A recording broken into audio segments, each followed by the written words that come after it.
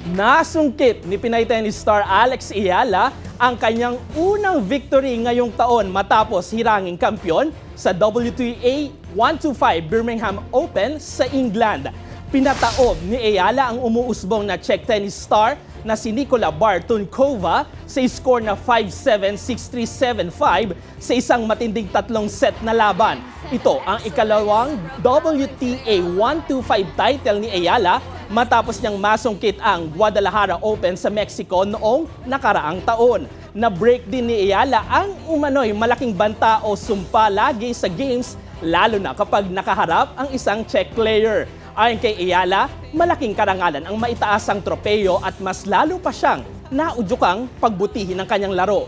At dahil sa tagumpay, nakasama na ni Ayala ang ilang malaking pangalan sa tennis tulad ni na Maria Sharapova, Ashley Barty at Angelique Kerber na naging mga kampiyon din ng Birmingham Open.